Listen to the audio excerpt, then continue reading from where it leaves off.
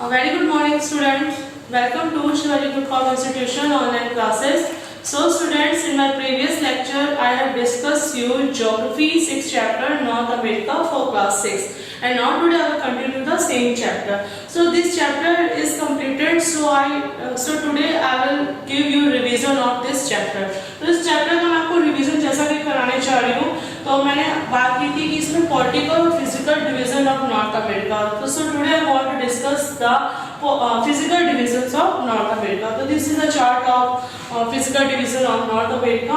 तो सबसे पहले हम बात करते हैं वेस्टर्न कॉर्डिलेरस. ठीक है बच्चों, तो वेस्टर्न जो कॉर्डिलेरस होते हैं ये हमारे माउंटेन सीरीज होती हैं, माउंटेन रेंजेस होती है that are parallel to each other. Okay, तो इसका हम एक्सटेंशन की बात करें तो the extension of Western Cordilleras is Alaska to Panama. Okay, तो अलास्का से पनामा तक इनका एक्सटेंशन होता है वेस्टर्न कॉर्डिलेरस का.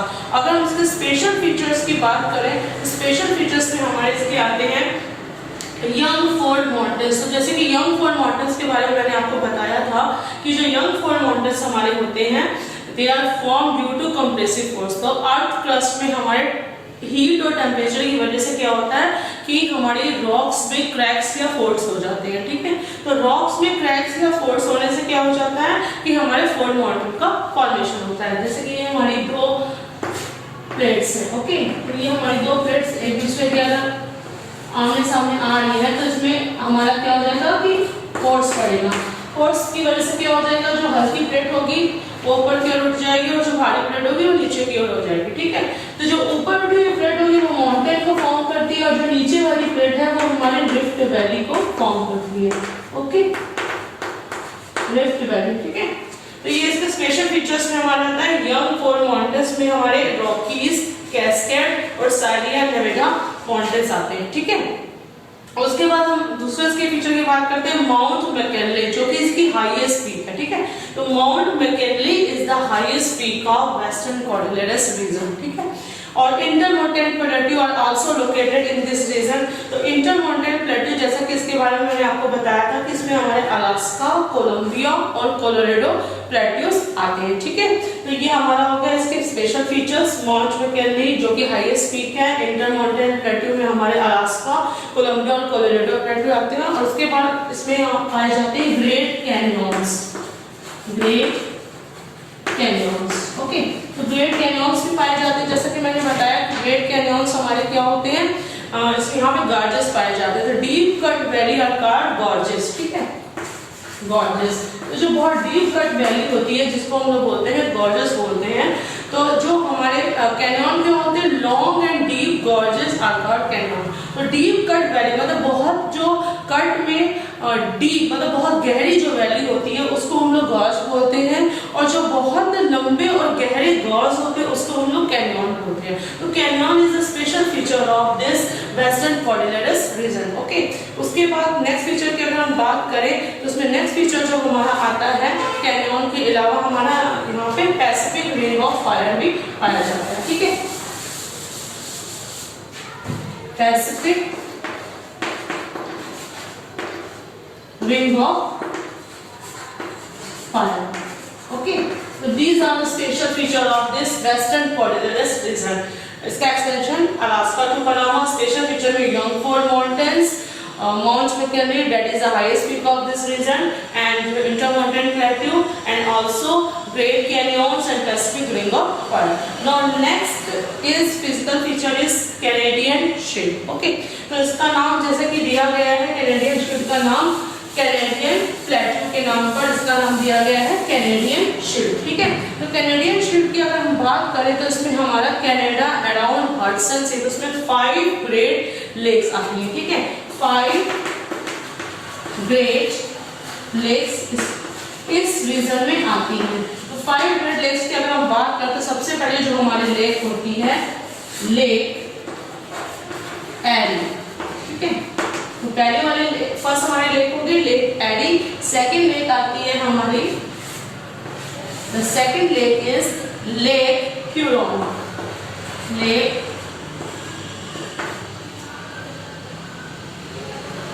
Huron. Okay, now third lake is lake Ontario. Lake Ontario. Okay. The third lake is Lake Ontario. Fourth lake is Lake Michigan.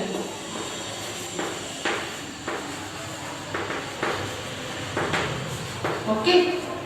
And the fifth lake is Lake Superior.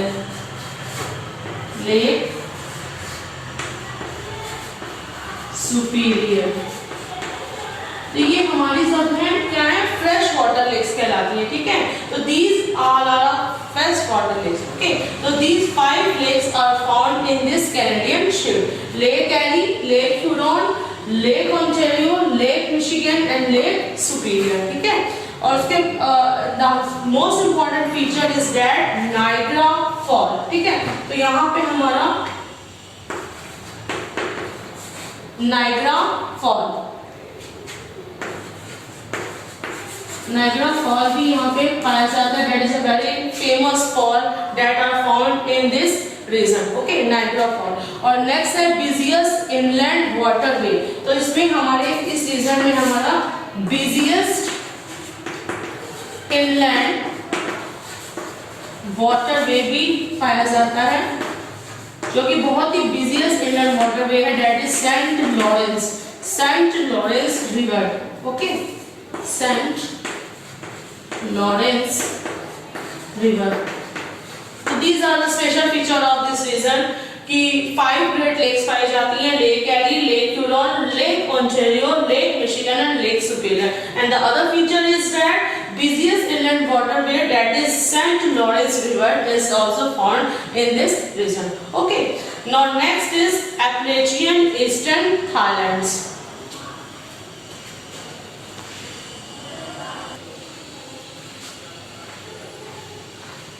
So next physical feature is Appalachian Eastern Highlands. तो Appalachian Eastern Highlands की अगर बात करें इसके features के बारे में, तो इसमें हमारे ओल्ड फोल्ड माउंटेन्स पाए जाते हैं, ठीक है। तो हाईएस्ट पीक इसकी है माउंट मिचेल, ठीक है। Mount Mitchell is the highest peak of Appalachian Eastern Highlands, और there are so many plateaus are found in this region, like Labrador and Piedmont plateaus are found in this Appalachian Eastern Highlands. Okay. Now last is the feature is Central Lowlands. Okay. तो lowlands जैसा कि मैंने बताया कि highlands तो हमारे होते हैं mountains, okay, और lowlands हमारे होते हैं प्लेन्स। तो ठीक है, प्लेन्स का जैसे फॉर्मेशन में आपको बताया, जो कि plains are formed by the deposition of silt brought by the rivers. तो नदियां जो अपने साथ सिल्ट लेके आती हैं, that is very fertile and that is very suitable for agriculture, that form the plain, ठीक है। तो ये सिल्ट से हमारा क्या होता है, प्लेन्स का फॉर्मेशन होता है। तो ये हमारे कहाँ पाए जाते हैं, between Western Cordilleras and Eastern Highlands के बीच में हमारे सेंट्रल लोलैंड्स पाए जाते हैं, ठीक है। और अगर इसके हम ड्रेनेज सिस्टम की बात करें तो there 2 rivers are found, Mississippi and Missouri rivers are found in this lowland, ठीक है। तो they have rich deposits of fertile. तो जैसे कि मिसिसिपी और मिसौरी रिवर से प्लेन्स का फॉर्मेशन होता है, तो they have rich deposit of fertile. तो यहाँ ये प्लेन जो होते हैं बहुत ही फर्टाइल होते हैं, फर्टाइल एलुवियल सॉइल से इनका फॉर्मेशन होता है, तो which are very help in agriculture, ठीक है। Which regions are not submit our reported list? So these they are all have to come in principal office right now. they are the plains by Mississippi and Missouri rivers, and they are very fertile plains because they have formed by the deposition of silt brought by the rivers. Okay, so these are the physical features of North America: Western Cordilleras, Canadian Shield, Appalachian Eastern Highlands and Central Lowlands. I hope you understand very well. तो ये था कि हमारा जो north America है, the continent of North America was named after Amerigo Vespucci, who reached America in 1497.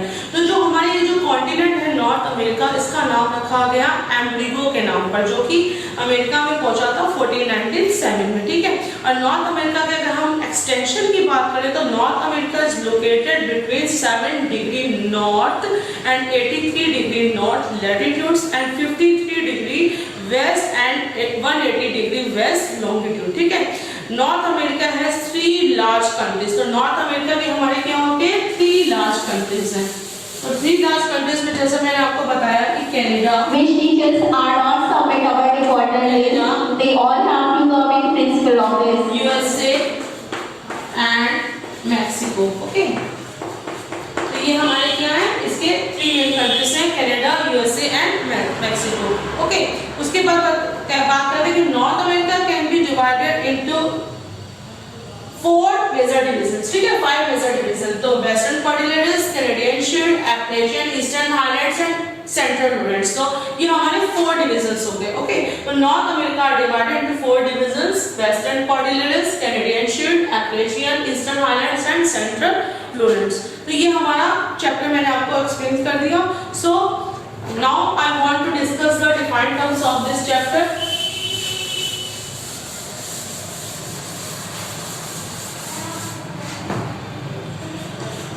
Defined terms. Okay. Now first defined term is that is isthmus. Okay. सबसे पहले first defined term की बात करते हैं, that is isthmus. तो ये हमारा क्या होता है, a narrow strip of land joining 2 large areas. A narrow strip of land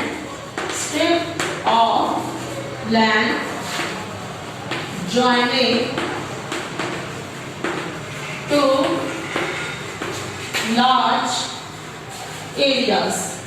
Okay, a narrow strip of land joining 2 large areas or separating 2 oceans or separating 2 oceans. Okay, तो ये हमारी क्या होती है, ये जो isthmus है, ये हमारे नैरो स्ट्रिप ऑफ लैंड, मतलब कि लैंड की बहुत ही संकरी पट्टी होती है जो कि हमारे 2 लार्ज एरियाज को ज्वाइन करती है या 2 ओशंस को क्या करती है, सेपरेट करती है। तो ये जो हमारी होती है, ये हमारे 2 सागरों को क्या करती है, अलग करती है या 2 लार्ज एरियाज को आपस में जोड़ती है। That is called isthmus. Okay, now next is gorges. ठीक है, तो जैसे मैंने आपको बताया गॉर्जेस यानी घाटियां। तो गॉर्जेस हमारा क्या होता है, deep cut valley.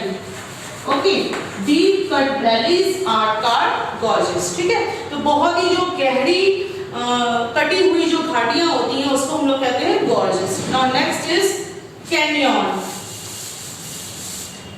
Now next defined term is canyon. तो जैसे कि मैंने आपको बताया कि जो डीप कट वैली होती है वो तो हमारे गॉर्जेस हो गए। तो जो हम बात करते हैं कि लॉन्ग एंड डीप गॉर्जेस, अब गॉर्जेस तो बन गए लेकिन अब long and deep gorges are canyons. Okay, long and deep gorges are called canyons. तो ग्रेट कैनियंस हमारे कहाँ पाए जाते हैं, वेस्टर्न कॉर्डिलेटर्स में हमारे ग्रेट कैनियंस पाए जाते हैं। ठीक है, नेक्स्ट हमारा डिफाइंड टर्म आता है कॉर्डिलेटर्स।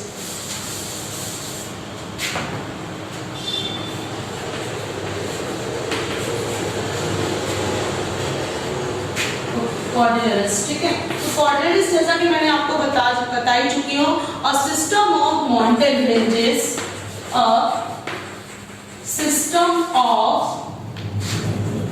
mountain ranges running